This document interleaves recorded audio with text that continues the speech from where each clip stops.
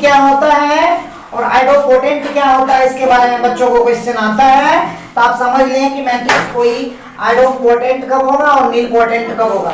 ये दो बात अक्सर पूछे जाते हैं कि डिफाइन आइडोपोटेंट क्या है, तो आप लिख लो आइडोपोटेंट क्या होते हैं। तो सबसे पहले आइडोपोटेंट कब होगा, आइडोपोटेंट IDEMPOTENT आइडोपोटेंट मैट्रिक्स कब होगा, कोई भी मैट्रिक्स अगर ए स्क्वायर का मान ए का बराबर हो, if A matrix A square equal to A square किसके बराबर हो, ए के बराबर, उसे कहते हैं आइडोपोटेंट मैट्रिक्स या आइडोपोटेंट। कहीं किसी को समझने में दिक्कत है, कोई मैट्रिक्स आइडोपोटेंट होगा। A matrix is said to be idempotent if अगर a square equal to a square किसके बराबर हो, a के बराबर, a square equal to a if a matrix अगर कोई मैट्रिक्स को a मैट्रिक्स या matrix is said to be idempotent matrix if a square equal to a, अगर a का स्क्वायर को गुना करे a के बराबर हो, तो वैसे मैट्रिक्स को हम कौन सा मैट्रिक्स कहते हैं, आइडोपोटेंट मैट्रिक्स। आपको समझने में कहीं कोई दिक्कत नहीं होगा। अब तुमको कभी क्वेश्चन पूछेगा सो दैट दिस मैट्रिक्स है आइडोपोटेंट मैट्रिक्स, तो आपको कोई ऐसा एग्जांपल लेना होगा जिसका स्क्वायर भी उसके बराबर होते। फॉर एग्जांपल के लिए 2 - 2 4, 2 - 2 4, -1 3 और 4 का कोई मैट्रिक्स दे रखा है, फिर 1 -2 -3, ये बराबर देख रहे हो। क्वेश्चन क्या है, यह मैट्रिक्स आइडोपोटेंट है, तो आप ऐसे नहीं बता सकते हो। जब गुणा करोगे ए को ए से तब ना पता चलेगा है कि नहीं है। क्या करके दिखा दें या कर लो, a square equal to a करके दिखा दें या कर लो, कर लेंगे।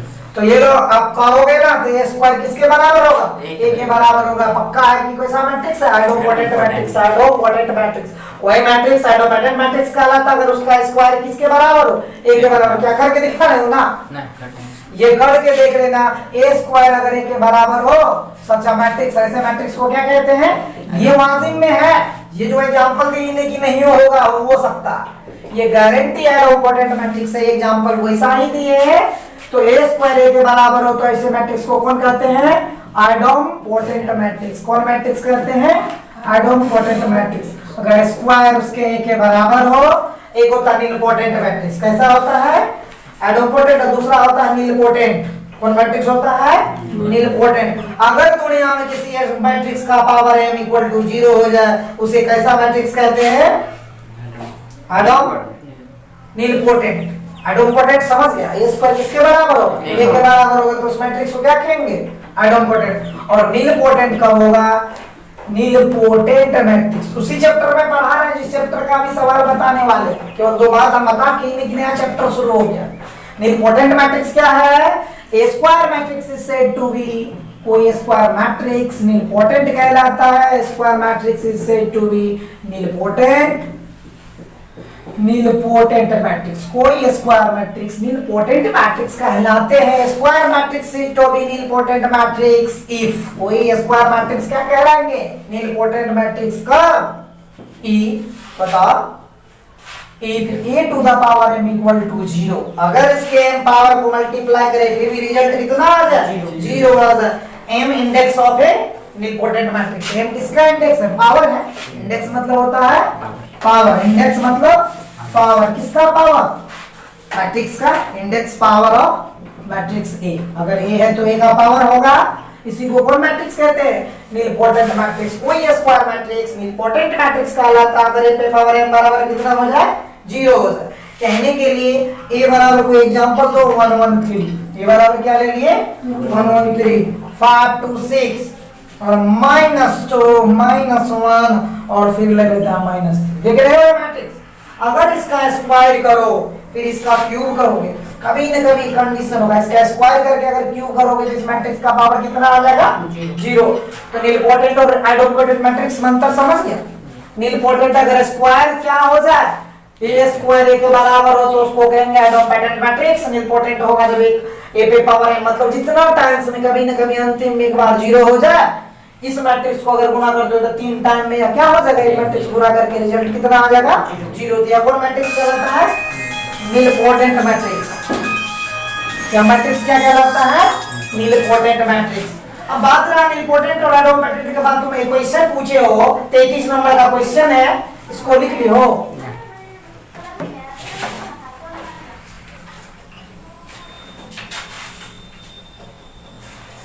अब देखो एक क्वेश्चन है, जैसे कि 33 नंबर में तुम्हारे मैट्रिक्स में मल्टीप्लिकेशन करने के लिए पूछा गया क्वेश्चन है। यहाँ पे बस कुछ नहीं, जैसे sine theta, cos theta, tan theta trigonometrical function होता है, सिमिलर वे में एक फंक्शन होता है हाइपरबोला के रिलेशन के साथ, जिसको कहते हैं हाइपरबोलिक रिलेशन। उसको कौन रिलेशन कहा जाता है? Hyperbolic. HYPO hyper, HYPRBOLIC hyperbolic relation. इस रिलेशन को कौन सा रिलेशन कहा जाता है? Hyperbolic relation. इस रिलेशन को क्या कहोगे? Hyperbolic relation. अगर कोस HU के साथ हो, इस H को पढ़ते हैं hyperbolic, hyperbolic of cos U और कोस हाइपरबोलिक U। इसको क्या पढ़ोगे? कोस हाइपरबोलिक U। देख रहे हो ना, हाइपरबोलिक U तो U लग रहे। साइन में अगर यह रिलेशन होगा तो इसको पढ़ेंगे साइन हाइपरबोलिक U, या इसी को कभी कभी पढ़ा जाता है, कभी कभी नहीं तुम पढ़ सकते हो hyperbolic of cos U, hyperbolic of sine, hyperbolic of cos U, also written as hyperbolic of cos U। ठीक है, या तो पढ़ो कोस हाइपरबोलिक U या हाइपरबोलिक कोस U। अब हम देखें, अगर ये को हाइपरबोलिक का रिलेशन है तो हमको ये पढ़ने के लिए तो ऐसे हम सिंपल सी वे बता रहे हैं। आपको करना क्या है? सवाल बनाना है। सबसे पहले सवाल को क्या करोगे, जैसे कि 33 नंबर का प्रॉब्लम आपके पास ये है, जो प्रॉब्लम ये है कि a इक्वल टू, बोलो क्या है? Equal to cos hyperbolic U, cos hyperbolic U, sine hyperbolic U, उसके बाद क्या है? साइन हाइपरबोलिक U, और ये क्या है? कोस हाइपरबोलिक, या hyperbolic sine U, hyperbolic cos U, hyperbolic sine U। Same ही चीज है, cos sine sine cos, same ही है कि नहीं है? बस इसी को दिखाना, सो दैट मैंने हमको क्या करना है, a पे पावर n के लिए भी दिखाना है कि हाइपरबोलिक जितने टाइम होगा इसको क्या करोगे? Cos hyperbolic NU, sine hyperbolic NU, sine hyperbolic NU, cos hyperbolic NU। अब हाइपरबोलिक में कोई दिक्कत नहीं ना होगा। अब क्या करो, सबसे पहले लेट कर लेते, लेट Pn, कोई फंक्शन है, Pn बराबर कितना है? a पे पावर n है। Pn बराबर कितना है? a पे पावर n है, और इसका मान कितना है? Cos hyperbolic NU, sine hyperbolic NU, sine hyperbolic NU, cos hyperbolic NU। At first Pn के लिए, if Pn is true, Pm is also true। अगर n के लिए सत्य है तो m के लिए भी सत्य है। सबसे चेक करेंगे P1 के लिए, if n इक्वल टू कितना रखते हैं? 1। बोलो n का मान 1 रखो तो P1 इक्वल टू क्या हो जाएगा? a पे पावर 1, मतलब cos hyperbolic U, sine hyperbolic U, sine hyperbolic U, cos hyperbolic U। कोई दिक्कत? अगर an के लिए सत्य है कि नहीं? बोलो n का मान 1 रखे, a LHS RHS में बराबर है, a का मान इतना, इस बगल इतना, तो जस्ट का जस्ट बराबर है। अगर n के लिए ट्रू है तो n बराबर 2 के लिए n equal to 1 is true, then n equal to 2 is also true. इस 2 के लिए भी क्या होगा? सत्य, और सत्य ही होगा। अब बोलो p का मान 2 रखने वाले हो तो a का स्क्वायर के बराबर होगा, a का स्क्वायर। अब बोलो cos hyperbolic 2u, sine hyperbolic 2u, sine hyperbolic 2u, cos hyperbolic 2u। यानी u फंक्शन चल रहा, h तो क्या है? हाइपरबोलिक है। अब a इधर तो बराबर, इधर करके दिखाना है ना, a स्क्वायर बराबर LHS बराबर। पहला के लिए तो सत्य था, a का मान वही था, 2 के लिए तो करना पड़ेगा।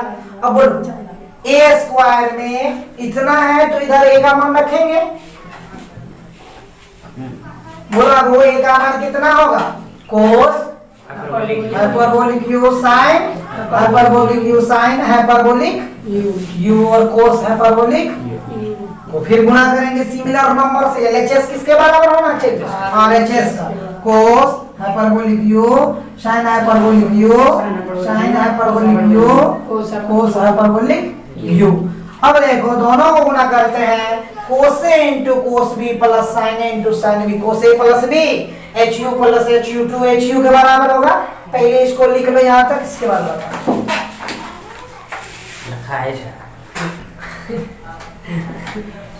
अब देखो यहाँ पे सबसे जो बेहतर बात होने वाला है, कोस हाइपरबोलिक यू में कोस हाइपरबोलिक यू से गुणा करोगे तो ट्रिगोनोमेट्रिकल फंक्शन नहीं है, हाइपरबोला का फंक्शन है। क्योंकि x square a x square by a जो y square b equal to कितना होता है? 1। तो यहाँ पे हाइपरबोला का फंक्शन है तो कोस गुना कोस कोस में हो जाएगा, साइन गुना साइन की साइन स्क्वायर था, कोस स्क्वायर थीटा जो कोस स्क्वायर थीटा बराबर 1 हो जाएगा। वो फंक्शन यहाँ पर हाइपरबोला में नहीं होने वाला। अगर कोस एच यू में कोस एच यू से गुना होता है तो कोस ए इंटू कोस बी साइन ए इंटू साइन बी का फॉर्मूला फॉलो करता है। किसका फॉर्मूला फॉलो करता है? Sine U. कोस ए into cos B plus sine ए into sine U. Hyperbolic U है, हाइपरबोलिक में तुमको कितना लग रहा है? यू है, इसलिए यहाँ दिमाग लगाने वाला बात है कि कोस गुना कोस कोस स्क्वायर थीटा होता है, लेकिन हाइपरबोलिक में कोस गुना कोस कोस स्क्वायर हाइपरबोलिक यू नहीं होता, बल्कि ये होता क्या है वो तुम देख लो। Cos hyperbolic u into cos hyperbolic u plus sine hyperbolic u into sine hyperbolic u बराबर होता कोस ए into cos B plus sine ए इंटू साइन बी। क्या होता है फॉर्मूला? जो होता है वो अगले लाइन में लिखेंगे। अब बोलो, फर्स्ट लाइन को फर्स्ट से, सेकंड को सेकंड से गुणा कर दिए। अब सेकंड को किससे गुणा करने वाले? फर्स्ट से। क्या होगा? Sine hyperbolic u into cos hyperbolic you बोलते जाओ plus cos hyperbolic u into sine hyperbolic you. LHS वाला का हो गया। इस बगल का भी ब्रेक करना है। Cos hyperbolic u cos hyperbolic u into sine hyperbolic u plus sine hyperbolic u cos hyperbolic u. फिर दूसरे लाइन में गुणा करो तो क्या होने वाला है? सेकंड को ना फर्स्ट से करोगे। Sign hyperbolic u into sine hyperbolic u plus cos hyperbolic u into cos hyperbolic. और लोग कभी कोस हाइपरबोलिक पढ़ने के लिए नहीं भूलेगा लगता है। कोस ए into cos B plus sine ए इंटू साइन बी का फॉर्मूला लगेगा, क्योंकि दोनों वेरिएबल है तो कोस ए प्लस बी होता है ना। कोस साइन ए इंटू साइन बी को पहले कर लो, कोस ए इंटू कोस बी को बाद में पढ़ो। Sine A into sine b plus cos A into cos B, sine a plus b. जब उसी की साइन ए into sine b plus cos ए इंटू कोस बी क्या होता? Cos a plus b. क्या होता फॉर्मूला? कोस ए into cos B plus sine ए into sine B का formula होता cos a minus b. यहाँ कोस ए into cos B plus sine ए into सी। जब यहाँ पे कोस ए के बाद कोस का जो फॉर्मूला कोस ए into sine b plus sine ए इंटू कोस बी तब माइनस लगता। कोस ए में कोस है तो हाइपरबोलिक फंक्शन में ये दोनों क्या होता? Cos a plus B. बोलो ए के बदले में क्या है? एच यू प्लस, यानी एच वहीं पर हो गए, हाइपरबोलिक यू पढ़ते हैं। जैसे कि हाइपरबोलिक लगेगा यू यू जुटेगा, क्योंकि ये दोनों हाइपरबोलिक हैं। इसको रिलेशन से कोई लेना, यू या यू जुटेगा तो कितना होगा? 2u cos hyperbolic 2u plus क्या हो जाएगा? Sign hyperbolic 2u। फिर क्या होगा? बोलो, साइन हाइपरबोलिक 2u। फिर क्या होगा? Cos hyperbolic 2u। क्या बना? एलएचएस आरएचएस के बराबर। ये एलएचएस था, ये तो बना आरएचएस। यहाँ अगर इसके लिए ट्रू है, नीचे तो लिख चुके हो। अगर पीएम इज ट्रू, अगर स्क्वायर के लिए ट्रू है तो इसका मतलब PM is also true. M के लिए भी ये क्या सत्य होगा? एम के लिए भी सत्य होगा। If PN is true then PM भी आल्सो ट्रू। पीएम के लिए भी क्या होगा? आल्सो, मतलब इसके लिए भी सत्य ही होगा। अगर सत्य है तो कितना सत्य है बताओ? तुम जानते हो कि हमारा जो रिलेशन है यह सत्य है तो पीएम के लिए क्या लेंगे? अब ए पे पी एम इक्वल टू ए पे पावर एम। अब ए का पावर एम लेंगे तो क्या होगा?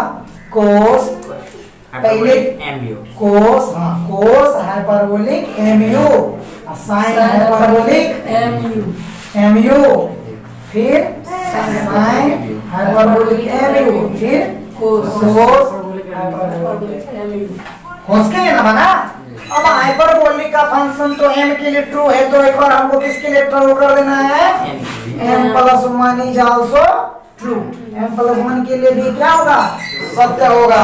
m प्लस वन के फॉर्म में लिखेंगे तो बोलो इधर तो क्या हो जाएगा, cos hyperbolic m plus one into u, जहां पे वहां के n plus one into alpha का फॉर्मूला पे प्रूफ किए हैं, sine m plus sine hyperbolic m plus one into u, फिर क्या होगा sine hyperbolic m plus one into you, cos m plus one into you, hyperbolic लगा रहेगा। इधर भी RHS तो है, LHS को उतना के बराबर दिखा देना है।